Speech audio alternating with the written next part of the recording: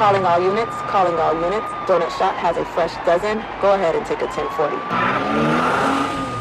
Welcome back to the Donut Shop podcast. Not in a donut shop today, even though I have some real donuts on the little stool here. Yeah, one with a finger hole in it. Yeah, sorry, I thought they were fake. We have Matthew and Austin from the Tone Alert podcast, part of Counterculture Inc., and we're here in Jersey. So that's Jersey out the window. It's not South Florida. It's a cloudy New Jersey. Cloudy, rainy, cold, yeah. Yeah. We're coming from like 80-degree weather where we're from, and then we come here, and I'm like, I didn't bring a jacket. I left it on my kitchen table, like the chairs, after I told him to bring a jacket. Yeah. But you guys are in like Vegas area? Yeah, we typically don't say where we work on shows, but yes. You don't have to say where you work. Yeah. The actual agency. But Vegas is a region. It's pretty much the entire state. It's pretty much the entire state. The only thing that people know. Unless you're in Reno. Yeah, yeah. And I think we've all seen what happens when you work in police department in Reno. So. Yeah, exactly. It was an amazing Comedy Central show. So. Bring it back. Yeah, basically. But so yeah, we appreciate you having us in, man. Yeah. It's the first time it's funny, we're in a hotel room and I'm like seeing cameras and I'm like, everyone's clothes better stay on. So everybody's so worried in this counterculture group. Everybody goes. It got wild in the group chat. They're like straight negative, straight.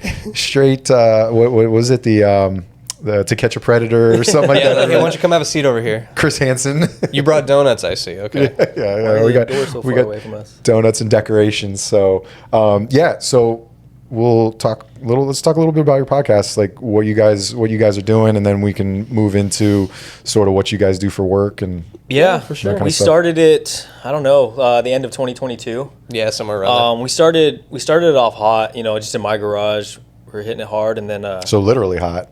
It was actually it was during winter time. We started during so the it was winter kind of time, freezing in there. It's funny because summer came around. And everybody knows like it gets hot, right? Yeah. But they don't understand that in the wintertime it is freezing cold. Yeah, the desert, it's like freezing in the winter, hot in the summer. But like, don't get me wrong, summer's just like so hot, so that's why you think about it. But, but yeah, we were going for a couple months, and then we've talked about it a million times on other podcasts. But then on duty, Matt got shot. Oh, so. That kind of put a wrench in our plans. Yeah, so he ruined our Tone Alert plan for a little bit. So, Yeah. But we've kicked it back up the last few months, and then joined Counterculture, and then, I mean, here we are. Freaking Jersey. It's kind of crazy because like we just kind of I think it just started. We were sitting in like briefing one day or debrief or something. We were just BSing, man. And like we were just talking, laughing, having a good time, kind of like we're doing now. Yeah. And some guy was like, "Dude, like." This would make a fun podcast. Like people would just like, wanting to hear stories and laughing and trying to like, because I feel like that's what we do as cops, right? Yeah. We talk about like the bad shit. We talk about the good shit. We talk about the funny stuff. So we're just sitting there and then somebody mentioned that. We're like, oh yeah, sure. And then we were just kind of sitting there and Austin's like, dude, let's do it. Let's do it. Yeah. Why not? Like, what else we got going on? I was going to say like, if anything else, man, it's just fun, just kind of sit around with some of your buddies and hang out and just talk. So I think what did it for me was because we're going on our 7th year as cops, and before, pretty much we're encouraged to do a ride along. So I remember doing a ride along, and it was in a fairly okay part of town, and obviously you're just walking around before you get in the patrol car, and everything's just normal. You get in that patrol car, and all these calls are holding like violent stuff. I'm like, this is happening right now. My ride along officer's like, yeah. I was like.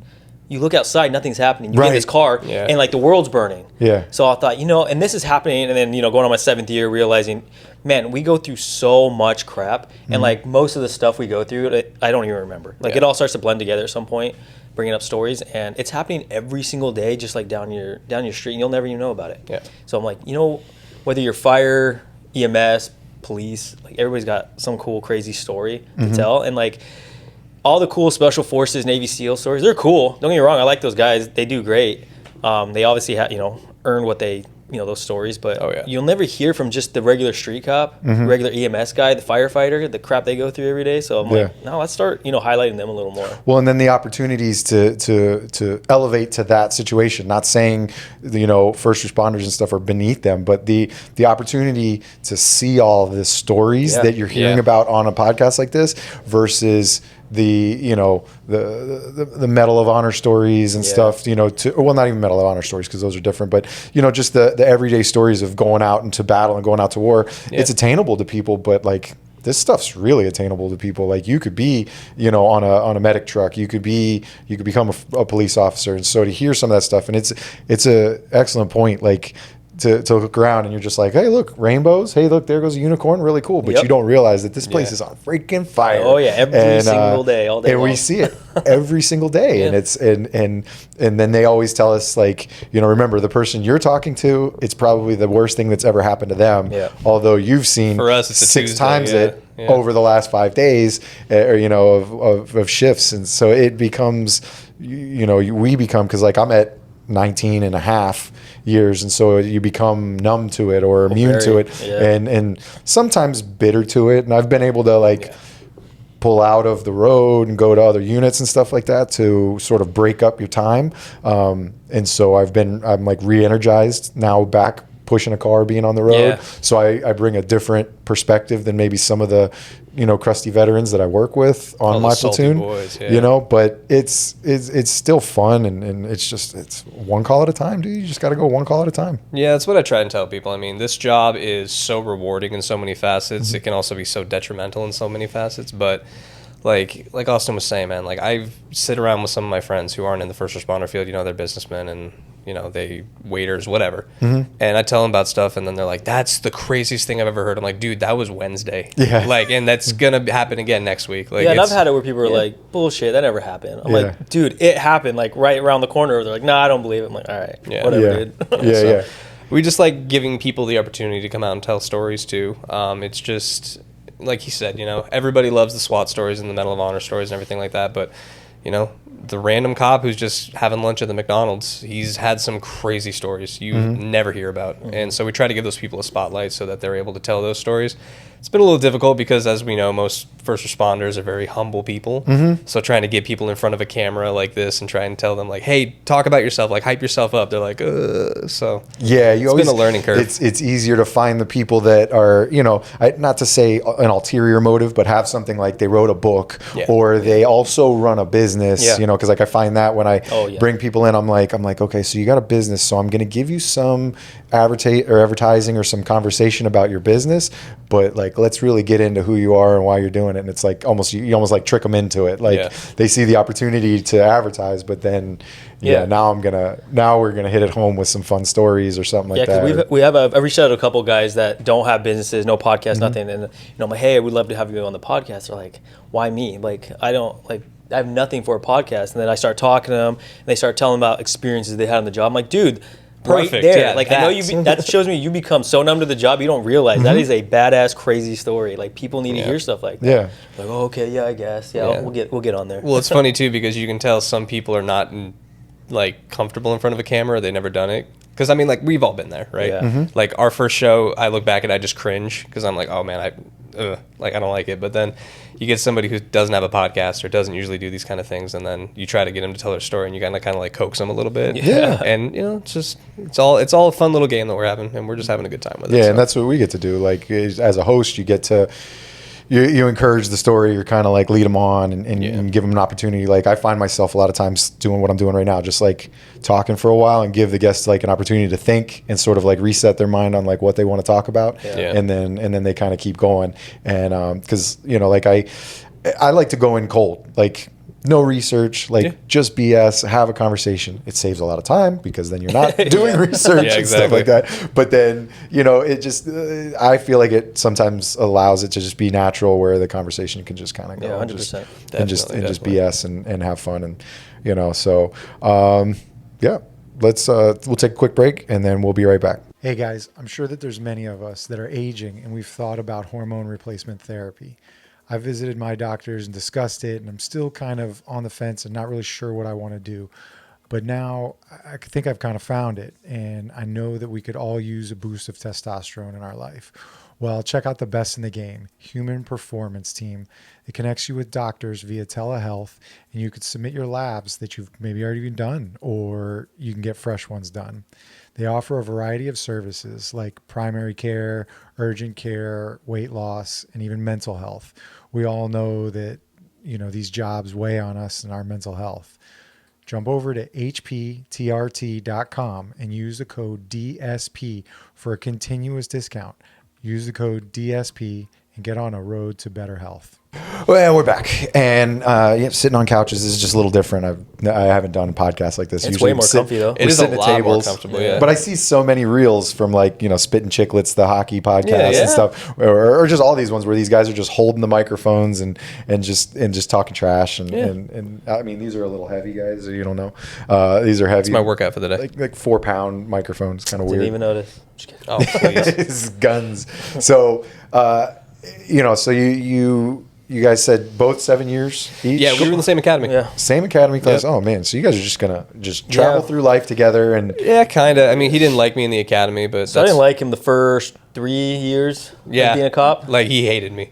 really. Oh, yeah. Yeah, I don't know about hated. I just like, that guy, he's weird. Look, here's just an my arrogance thing, okay? about him that wasn't. That's what I I thought. wasn't. You thought I was arrogant? Oh, yeah, 100%. Bro, I Here was we trying go. so hard not to be like, like that guy. Not that to I guess show I- you how much better than you he I was. just remember in the academy, I'm just like, bro, you need to lighten up. Well, here was Like, the deal, geez, not right? that big So, of a like, in deal. our academy, they would make a class leader and then squad leaders, Mm-hmm. right? Well, I was the class leader for like almost 2 months because we were doing some offsite stuff, some onsite stuff, and like we just never switched out. Mm-hmm. So I was always the guy that was getting bitched at from the top, right?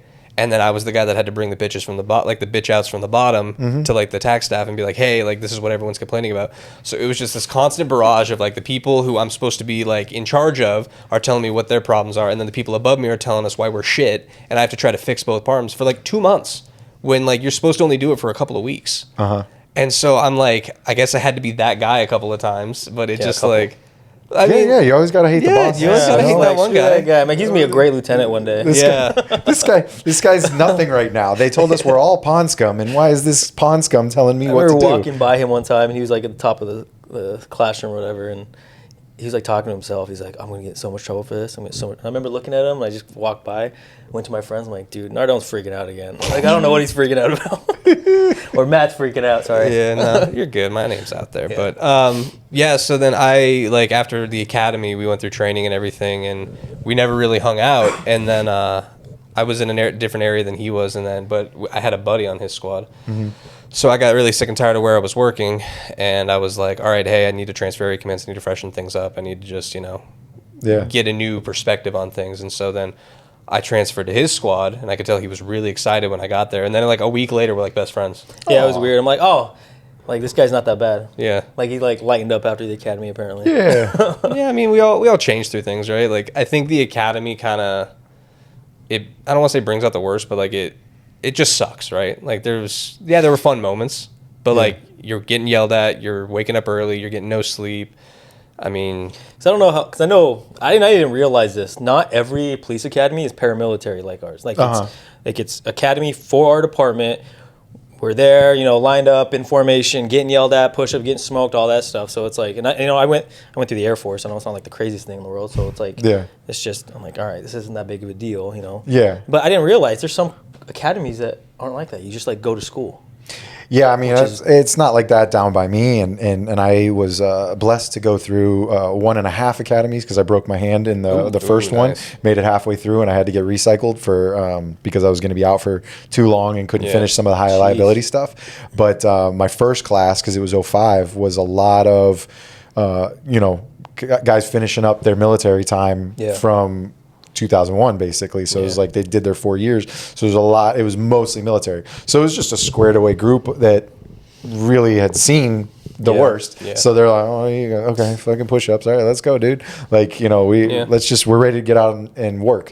And then my second one was more, it's like, 4 months later was more just people coming from other walks of life. There was only like one military guy. So, I took over more of the class leader stuff because I'd already been through half of it and I didn't feel like getting smoked. Plus my wrist was still a little effed up from, being broken.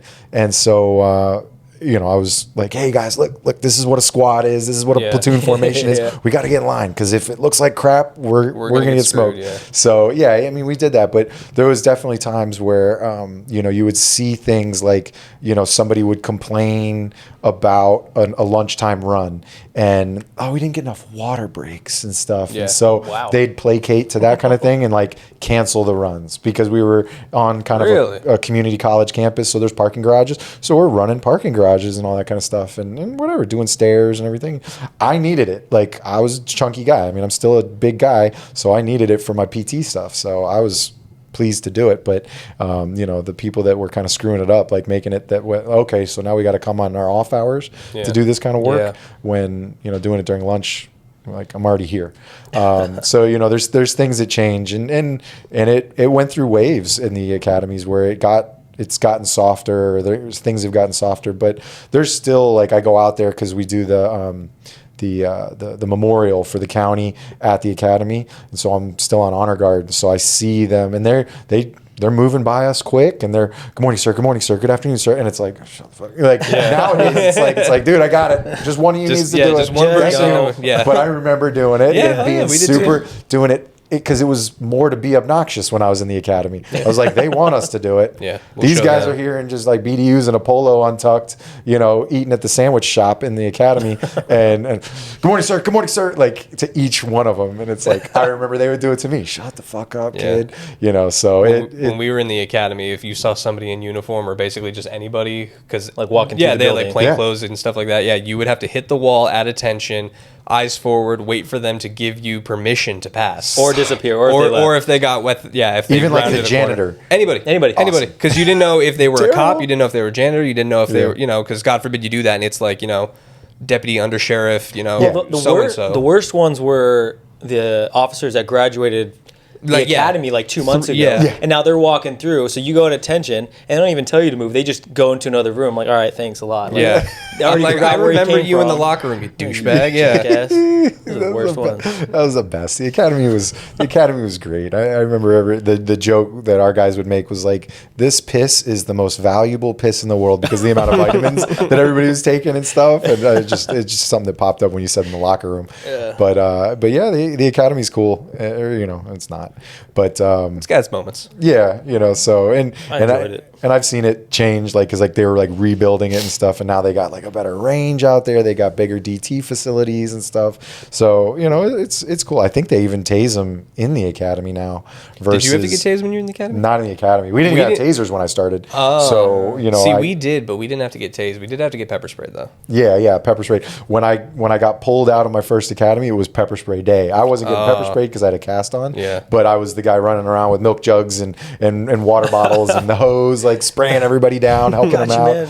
man. And then the HR sergeant comes walking up and he's like, "Come here," and I'm like, "I'm doing what?" Yeah. So like you're going home. but it was good. I got to sit in dispatch. So we had our own dispatch at the time. The county didn't dispatch for us. So I got to meet and hear the other side of the radio when they take their foot off the pedal and they curse us out. Yeah. Or they're like, "This lazy motherfucker." Yeah. 10-4, I'll show you en route. Yeah. So I got to like get on the page with them, which has helped through my career to know them by voice, them know me by voice, and then so when the county took over, a lot of them moved over. So now when we hear some of them come on the radio, it's like, all right, they know their stuff. They know, because when you have a county dispatching for you and like they may rotate people through, they may not even know the streets in the city to know kind of like what we're doing. Yeah. And so they just kind of like they go off of what they basically have AI now. So they're like, Oh, really? Oh, yeah. you go here, the that's computer, cool. and so the sergeant will come on and the sergeant will be like, "You're not sending that unit all the way over there. Like, you're not, okay, well, the cards told me." Like, that's Yeah. what the computer system told her. And she's just saying what the computer says to do. And so Wow. I think it's kind of based a little on GPS. So like Yeah. if we're sitting under a tree in somebody else's zone BSing, and then all of a sudden you both get sent over and it's like, damn it, they got us. Well, You see, know? that's the thing with us too, because like in our area, like it's not a big area that me and him work, Mm-hmm. but it's you can get from one end to the other in probably 15, 20 minutes, depending on the time of day. Yeah. But I swear, every single day, you would take a call up in the very north part of the area, and then your next call would be in the very south, and then she'd send you right back up to the. I'm like, I know there's like 3 or 4 calls in between. I'm like, can we start knocking these out in like sequential order? Because, I mean, not even just like we don't pay for gas, I don't care, but like. It just sucks going all the way from the top, all the way to the bottom, all the way to the top, all the way to the east now, all the way to the And I west. thought like maybe she doesn't have a GPS or something. She can't see us. But I don't then know. you get her on the radio. She's like, "Hey, so and so, I see you're close to this call. Can you go to that?" I'm like, "Oh, so you can see me." Yeah, Yeah. like Why are you sending me all around this place? why are you ping ponging me everywhere? Like, Yeah. Dispatchers But- are funny. yeah, yeah. We've had a dispatcher on our show once, and it's interesting getting that perspective. Definitely, it's Yeah, it is. it's something that I admire because I couldn't do that job. No way. I got a lot of hate for saying that Dispatchers are first responders. they're first Yeah. responders, but I guess there was a lot of context missing behind it. But Yeah, I mean, so to bring that context, like I had the lady Deborah Green. She reaches out to a lot of podcasts. She medicaled out with PTSD as a dispatcher. She worked in California, like Sacramento area, and I get it, especially when you're not. Like you're in that submarine and you're talking to the outside world and you're listening to like sometimes some horrific stuff. Yeah. And you can't do a damn thing. And then you're dealing with people whose voices you maybe love or care for or whatever kind of thing, because those are the guys and girls that are out there that you're sending into harm's way. Yeah. So you're dealing with that, like pushing them out into harm's way, knowing sometimes what they're running into, all that kind of stuff. So I can't doubt that it affects people. Yeah. So here's my thing. Like, if you want to classify as first responders as like boots on the ground, responding physically to an emergency, sure, they're not. Yeah, they're just a dispatcher. But to me, a first responder is someone who responds. How did I say it? Let's say you worded it well. Yeah. I had a different way to say it, but a person who immediately responds to your emergency in that moment. Yeah.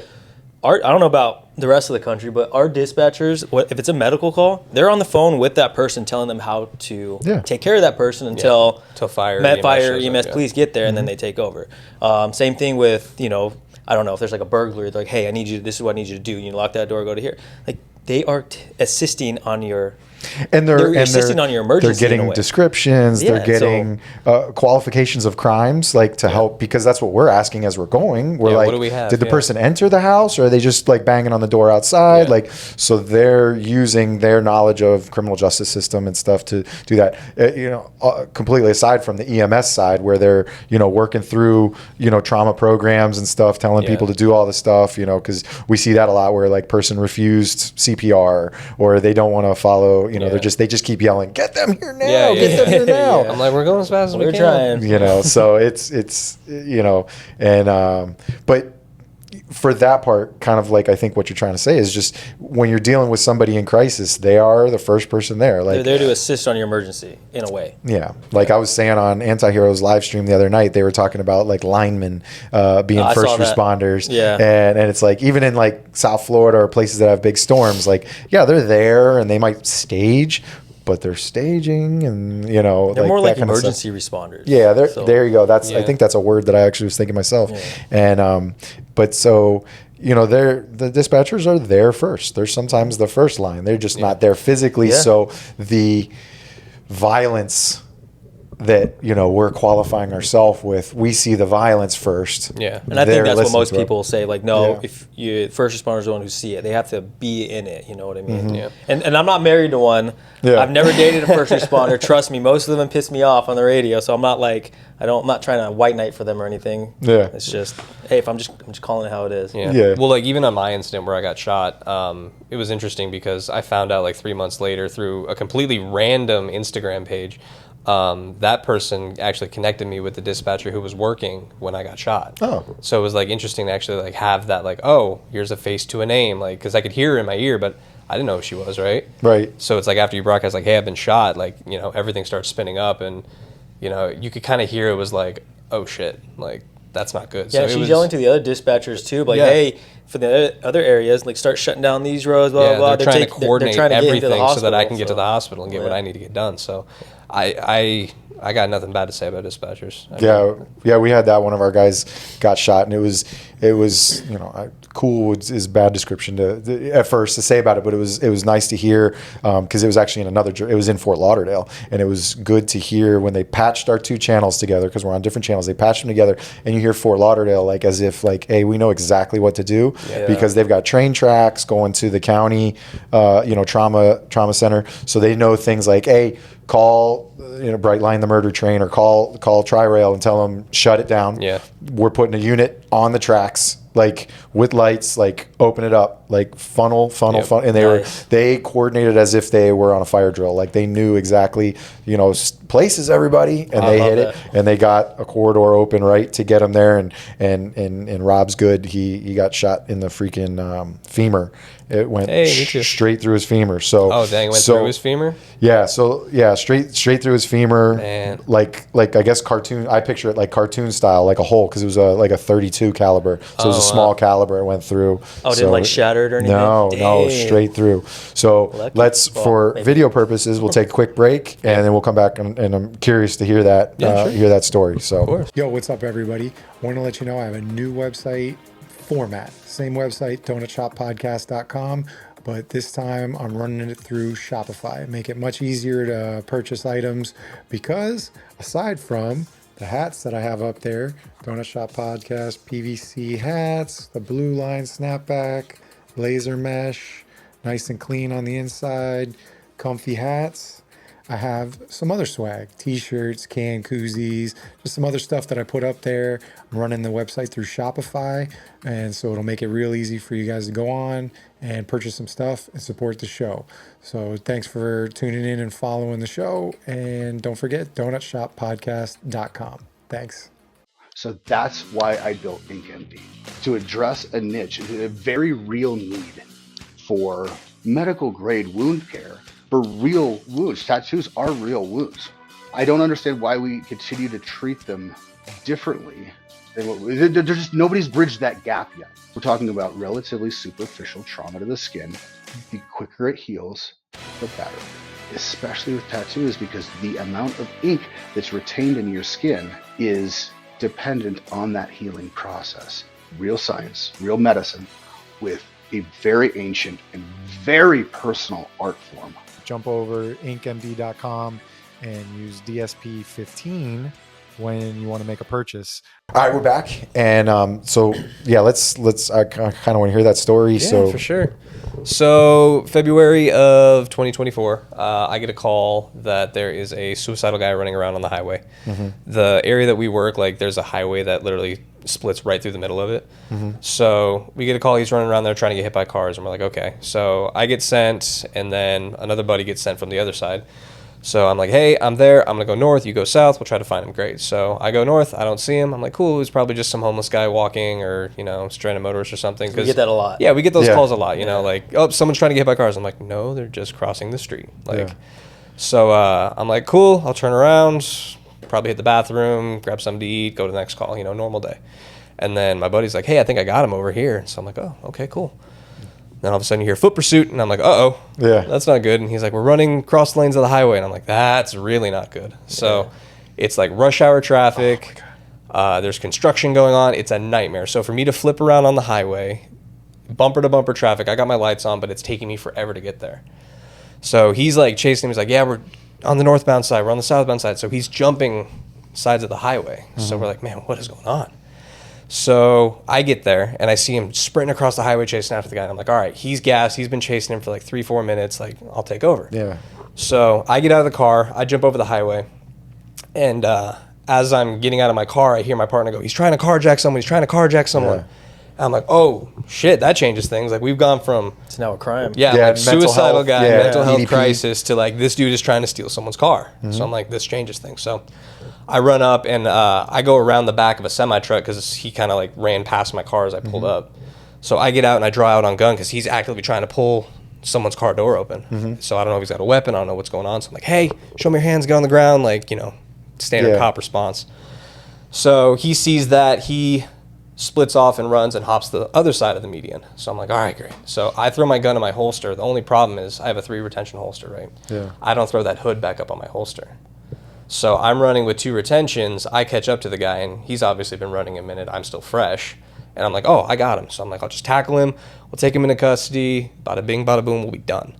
So as I like approach up to him, he like stutter steps this weird way, and like we're like face to face. So I try to tackle him.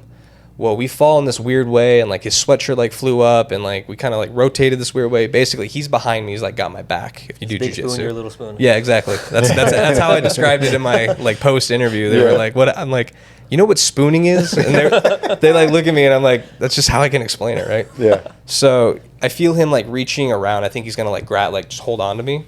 And the next thing I hear is boom, and I look down. He's got his hand on my gun. He fired a round out the bottom of the holster. Wow. So he got his finger into my holster there, fired out the bottom, and it broke the retentions. What kind of holster was it? It was a Safari Land. Safari Land. I don't know the brand or the model name. It's but just is it one of those like the kind of plastic? It's the hard molded Kydex, with and so you've got the for standard duty holster. I don't want to give out trade secrets about how to get a gun out, but there is, because of if you've got a weapon mounted light, yes, there's a larger kind of port. I've always thought about it because you kind of get that crazy thought like the child in you goes, I wonder if I could get my finger in there, and I've done it. You can pull your own. Done it, okay, good. At least I'm not the only child in the room. No. But so that's what the guy did. He didn't actually try to pull your gun, or he probably was, but maybe I could get. Wow. So he grabs onto that, and again, I wasn't looking down there, but when I looked down, the holster's destroyed. Right, round went out the bottom.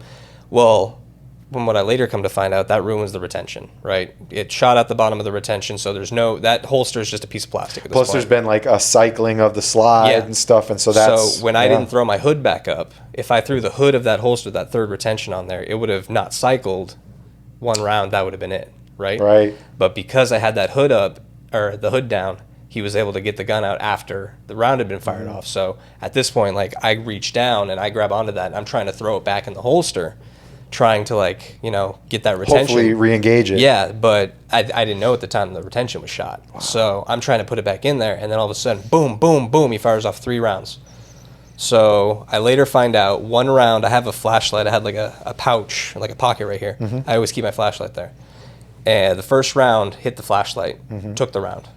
Okay. Second round went into my leg. And I felt that, and I was like, oh, that's not good. And then the third round, I don't know how it happened, but it must have came up because it hit my handcuff pouch right on my right on my hip. Yeah, there's a nice hole through it right now. There is, yeah. Wow. So I still have it too. Yeah. So, yep, still have it. Ooh, and the flashlight. Yeah. So I'm like, oh man, I'm hit. I'm like, that's not good. So it hurt. I always tell people it hurt, but it wasn't bad. It just felt like somebody hit me really hard in the leg or punched me or something. So I am sitting there and I'm like, okay, not good. What do I do? I'm like, well, I don't want to get shot in the leg again. So we're fighting for the gun on the side here. And I throw it up over my head because I'm trying to turn it toward him or grab the slide or do something because I'm like, this isn't good. So I grab onto the slide. He fires off one more round, but I'm holding the slide. Jeez. So I didn't know at the time either, but it didn't cycle.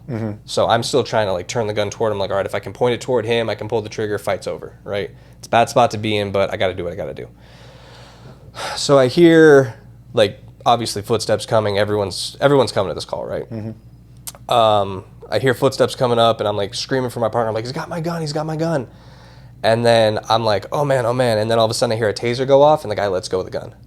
And so I'm like, okay. I'm like, I got the gun. He's not holding on to me or anything. I try standing up, and I just instantly collapse. Yeah. I'm like, oh man, that's not good.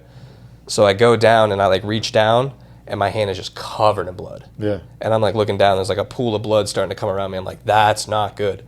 So I'm like, all right, what do I gotta do? I'm like, I gotta stop the bleed. So I keep a tourniquet around my boot on my right leg. It's always been my right leg since I was in field training. Interesting place to put it. Yeah, I don't think I've ever seen anybody put it on a boot. Yeah, so I wrap it around so that if I have to, I just grab it and it's already quick deployed. So it's a tactic I learned from an old sergeant I had who was, I don't know, he's done everything in this department, but really knowledgeable guy, and he showed me that. So when I started doing that, that's just where I kept it, because at the time, I've gained a little bit of weight since then, but I didn't have a lot of real estate on my belt, so I couldn't just throw a tournicut on my belt. I've gained a couple of pounds since then, well, so and then maybe now I have some room. Where's your placement? You know, Exactly. people that wear load-bearing vests or a lot of gear on the upper vest, they'll put it in the middle, but it's when you always do the training where you're supposed to be able to reach around you, but even now with these vests, it's harder to reach around yourself because we've got tasers and other crap all over, and mine is behind my gun, so I can get to it with my left hand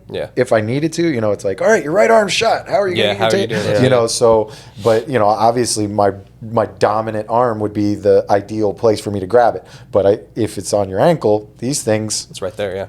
God forbid they don't get shot, Yeah, which blown it up or happens. something, yeah. But at least you can kind of at least still get to it. So it's an interesting placement. Yeah, for so I that. reached With all down. that adrenaline, it was probably easy to get to. Like, you're just not even thinking about how hard Well, it is. that was right? the thing, because at the time it didn't hurt that bad. Like Yeah. I knew I was hit. It was like ow, obviously. Yeah. But it wasn't that bad. I tell people it must have been the adrenaline dump because Had to have been. adrenaline's a hell of a drug. Yeah. Oh my god. So Bottle that up. oh you know. dude. Yeah. Oh my gosh. So I throw the tourniquet on. I crank it down, and I'm like, okay. And then that's when it started hurting. When I Yeah. cranked the tourniquet, I was like, whoa. Yeah. I'm like, okay. So I lay back, and I'm like, oh shit, am I gonna die? I'm like, this isn't good, man.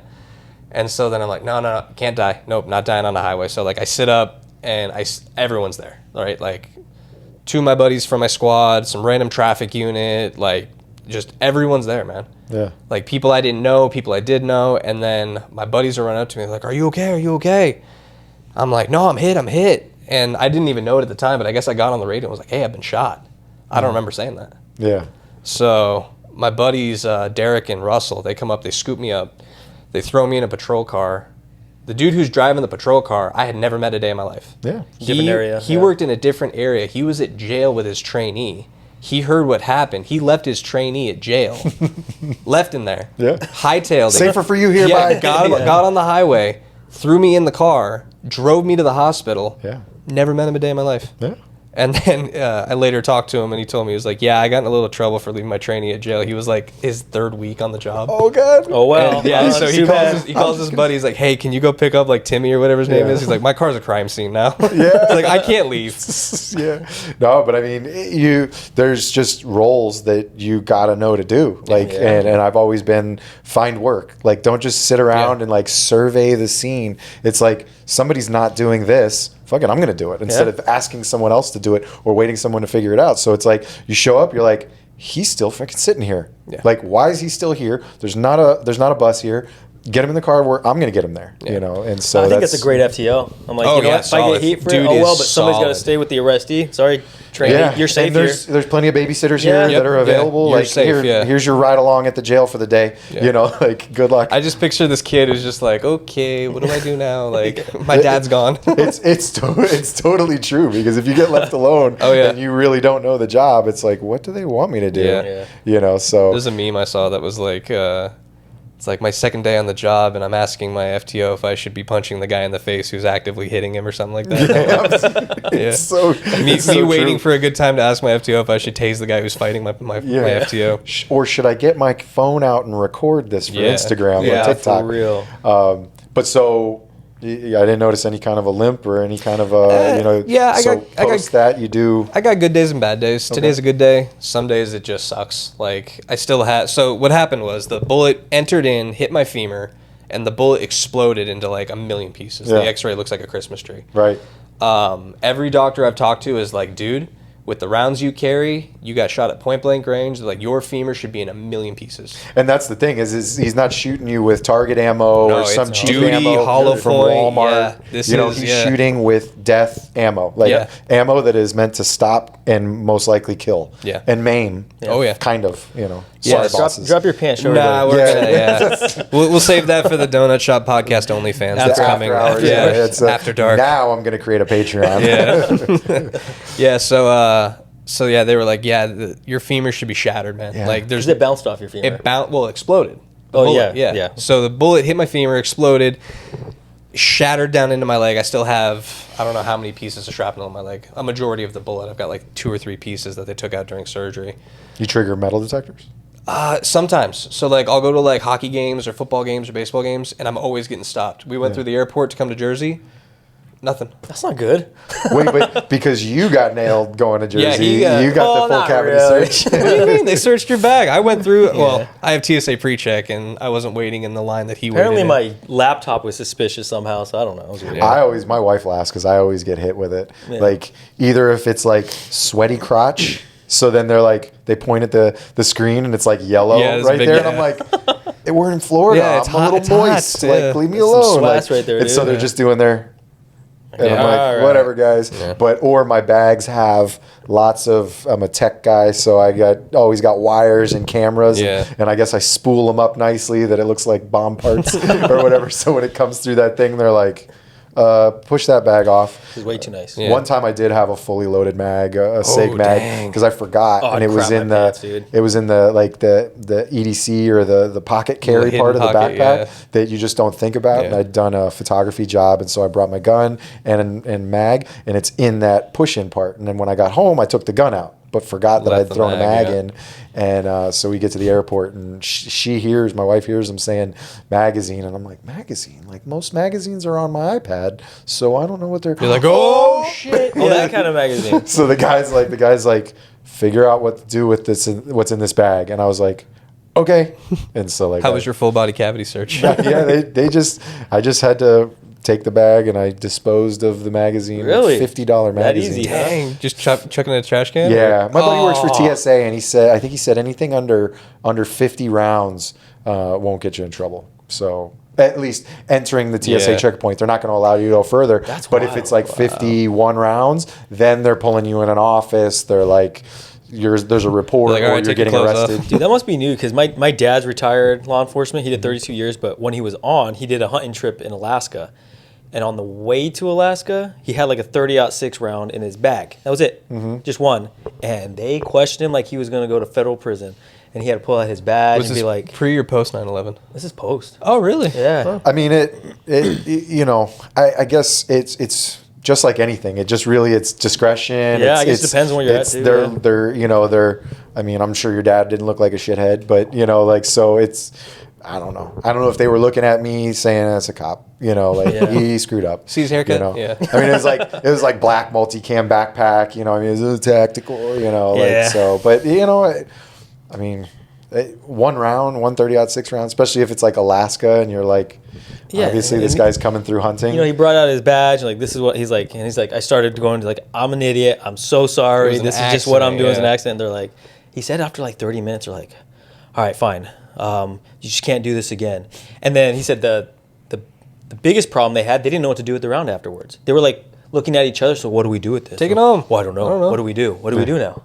Yeah, it's Well, I'll yours. tell you what they probably did with the freaking jelly that my wife bought when we were in Tennessee. They probably took it home and ate it. Yeah. Jelly? Yeah, because it was more than 3 More ounces. than 3, yeah. It was man. like a 6 or 10 ounce jar of some type of jam that we had bought at a country store in Bro, Tennessee. don't get me started on TSA, man. I can't. You guys are wild. No offense to your friend, Yeah, but yeah, yeah. I've had some terrible he knows experiences with it. He TSA. gets it. Dude, yeah, like the family heading to Orlando, Florida, family of 4. Yeah, they're definitely terrorists. Yeah, Watch yeah. out, yeah. But Yeah. don't get me started Yeah. on, dude. I've been groped in all kinds of stuff, man. It drives me nuts. Good times, dude. But all right, so yeah, I mean, this was back to the shooting stuff. That was less than a year ago. Just over a year, yeah. Just Hit, the over a one, year ago, hit right? the 1 year anniversary back in February. Wow. Yeah, good days, bad days. It hurts every day. I tell Mm-hmm. people that, like, if like your base level of pain is like a 0, my base level of pain every day is like a 4, if not a 5. Mm-hmm. Oh wow. Some days it's up to like a 9. It just depends on the day, The agency took care of you and all that Oh kind yeah, of stuff. dude. Our All that was great. agency. It's funny because like there have been horror stories about like, oh, the department's going to screw you over. The department's going to do this. The department took such good care of me. I have nothing but good things to say about that process. Like any little hiccup I came through with like doctors' offices or anything like that was taken care of. Yeah. They told me take as much time as I need to come back because obviously you get shot, like it's going to mess with you mentally, which I think all first responders are messed up in the head. Mm-hmm. Yeah, yeah.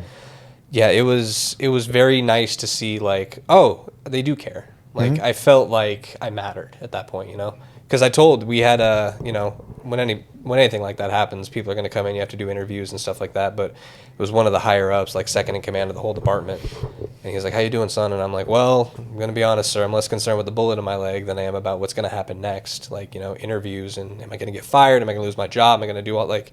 He's Yeah. like, "You're not the first person to tell me that." He's like, "We're trying to change that mentality." Yeah. And it really showed like they do care. That's good. And I'm Yeah. not trying to blow smoke up anybody's ass, but I got nothing but good things to say. Yeah, we say a about lot of good things about our department, and we're not just saying that because we're on camera and we're like, oh, they're gonna see us, so we Yeah. gotta like it. No, I tell it how off it is, camera. man, Our department is very good. I saw how they took care of Matt, and I was impressed because you hear a lot of these salty old guys, which I'm sure back when there was like old management, whatever, higher ups, it was like that. They talk shit about the department, but they haven't given me a reason to really say anything bad about them. I've been through a disciplinary board, and I said this on another podcast. I got out of that disciplinary board with our new, in charge and people in charge now, and I felt, you know what, I had so much respect for them, and I was like, you know what, that everything they did was fair, and they're pretty good at taking care of us now. So nothing bad to say about them. Yeah. So it's definitely a learning experience. You know, I didn't think my time being involved in the police department. Well, it's funny. I tell my wife, I'm like, everything bad happens to us. I'm like, so of course I got shot, right? Like, just of course it happened. But He's a shit magnet. Like you guys are shit mag like you. He is for sure. Dude, like I don't before know he got what shot, it is, man. like we'll be just rolling around, and all of a sudden he's like, I'm in a fight. I'm like, of course he is, and I'm just rolling down. And he's like tussling with this homeless guy in front of 7-Eleven. Every single day. Like, I don't know what it is, man. What are you doing out here? Like, my wife and I just look at each other and we're like, of course it happened to me, right? Like, of course that happened. Yeah. So it's just Walking up on homeless chicks and they just start swinging on you. Dude, I've been bit, punched, slapped. I've damn near been everything short of stabbed. Like, I would have rather been stabbed than shot, but I tell you what, do you see this like where you are, that because like what I see with like my work, like I was on the road when I started, and that was 15 to 20 years ago. We were chasing drug dealers, chasing guys that were doing snatch and grabs, holding up corner stores and everything like that. And now it's a lot less of that stuff and more just all the mental health and the bums. Just moving bums around because everybody's calling cats, about them. Yeah, herding cats and trying to figure out where to put them, or dealing with their mental health issues, or just dealing with regular people's mental health issues. My grandfather's got dementia and he's wrecking the house. I need the cops here to handle that situation. Yeah. And it's like, I don't think you need the cops. I'll tell people, we bring guns, and there's a limit to how we can help, to how we have to effectively handle a situation. Yeah. So it's like you're introducing like sometimes the wrong ingredient, and and it's not our fault. Yeah. Like, you're bringing us there. Like, you're in a crisis, so we try to solve a crisis, but sometimes it's not what you hope to be. So that's kind of my frustration with the job nowadays. Do you guys see some of your stories seem like they're based around mental health or bums? Yeah. So the area, I mean, your experience might be different, but what I've noticed is it's a pretty healthy dose of both. Oh, yeah. Yeah. Like, since beginning 7 years ago, definitely. Like real crime, you mean? And then we definitely still have all those robberies, the holdups that you're talking about. Like we're both finally were able to get onto a proactive investigative unit, and they're busy going after some violent people.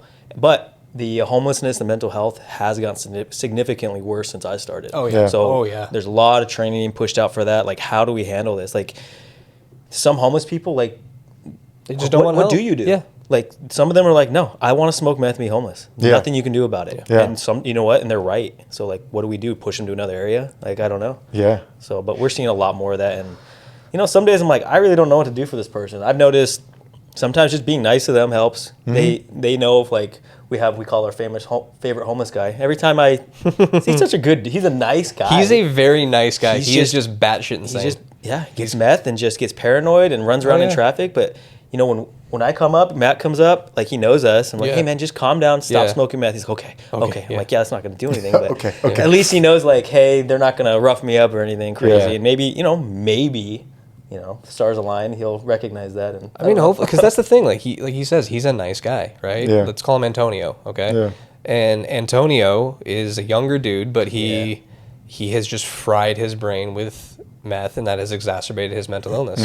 Because like, we always get calls about him, and when we go out on him, it's like you can tell when he like is baseline, and you can tell like, oh no, he just smoked meth. Yeah. So like you try to get him in front of the car, and like he's like doing circles and like checking behind him, and he thinks shadow people are chasing him, and then it's a coin flip whether or not he's going to sprint away from your car because he thinks the devil's chasing him. Yeah. But like, he's not a bad dude. Like, he doesn't hurt people. He doesn't, And we try to do stuff. If he meets, put it on a medical hold, then we'll do it. Then we'll put him on a medical hold. But if he doesn't, it's just like, man, like, we offer him resource and stuff, and he'll take whatever cards we have, but he won't follow through. Yeah. We got one that just popped up recently, but the nuisance part is not necessarily him. It's his attire. He wears an orange jumpsuit. Like, so they think he's an escaped convict? And he looks like Sideshow Bob from The Simpsons. Way. His hair, he's like a light-skinned black guy, and his hair is just kind of wispy. That's all awesome. over the place. He knows what he's doing. So he's consistently called in, but he knows just from his life, I guess, he pulls his ID out, and he just Here you go. As soon as he sees us trying to make contact with him, it's not argumentative. It's not, Like, oh, it's Bob. these guys again. He just pulls his ID out and gives it to us. And I'm like, but we the other day, the last day I worked, we got probably 6 to 8 calls on him of just people. And it's all the same story. Hey, there's a guy by Walmart. He's wearing an orange jumpsuit. I'd just like to know that he's not an escaped prisoner. He's And not. it's like, Don't dude, worry. stop. So, we've really just... Dispatch is even asking, and they'll type in there, when asked if he was doing anything wrong, he's just eating a sandwich in front of Walmart. Like, so we just drive by. Let him eat. Hey, what's Bob. up, dude? Yeah. And we just keep driving. So if the problem of the orange jumpsuit's not resolved, I have a Poshmark store where I sell my old clothes and stuff. I'm going to go pick through and just grab something that hasn't sold. Grab some overalls or something. There you go, dude. Like, here's some Columbia pants and a polo. Like, there you go. Courtesy of me. Get him And a cardboard please- sign. I am not an escaped convict. Yeah, exactly. Like, yeah, we should get him get a spray paint stencil on the back that says "Never was an inmate." Never, yeah. Well, he's on probation, but He's just more comfortable in that jumpsuit. yeah, and that's what I tell people. I'm like, he probably doesn't have any underwear on. Yeah. It's just a coveralls, and he's enjoying himself. Trust me, you'd rather have him have that on. Yeah. Yeah, and when the first time I made contact with him, it was very clean, so it was very fresh. He's like, "Oh no, I bought it for $50," Wow. so it was cool. So, all right. Hey, I think I'm already getting calls from some of the counterculture guys. We got let's go hang out an and drink. event tonight. Yes. So wrap it up. How can anybody from my show check you guys out? We're over on Instagram and YouTube right now. We have Instagram's a Spotify. one word, Tone Alert. I think Yeah. the same with YouTube, right? Yeah, Tone Alert Podcast. We'll give you some of our stickers and logos and stuff. And you guys for like a website, you more just have like a link tree with your stuff. Yeah. We don't have a website yet. We're still working on getting Apple Podcasts and all that stuff. But yeah, Instagram, YouTube, and Spotify are our big 3. Jump on it, man. Website's real easy to build. They're Yeah, not we need to do expensive it. to buy a URL. Yeah. I got Donut Shop Podcast. So I just send everybody directly to Donut Shop Podcast, and then you can get to just like a link tree. Yeah. But you don't have to go to Instagram to find the link tree. Exactly. So like website, just go to the website and you'll find videos. It'll take you to YouTube. You'll find a little store. You'll find all that stuff. Nice. So Yeah, but we appreciate you having us on, man. Yeah, This is thanks. fun. This is awesome. Yeah. So I'll drop links and stuff in all the bios and everything down in the descriptions, so you can get to their link tree or their or their IGs and stuff like that, so you can check out their episodes. Because just like mine, it's just going to be a different brand of interesting conversation with different first responders or people that come through and stuff. So thank you guys for coming up to my hotel room in you. Jersey City. Anytime. Yes, sir. Appreciate it. Thank all right, you. thanks. Have a good one. Calling all units. Donut Shop has a fresh dozen. Go ahead and take a 1040.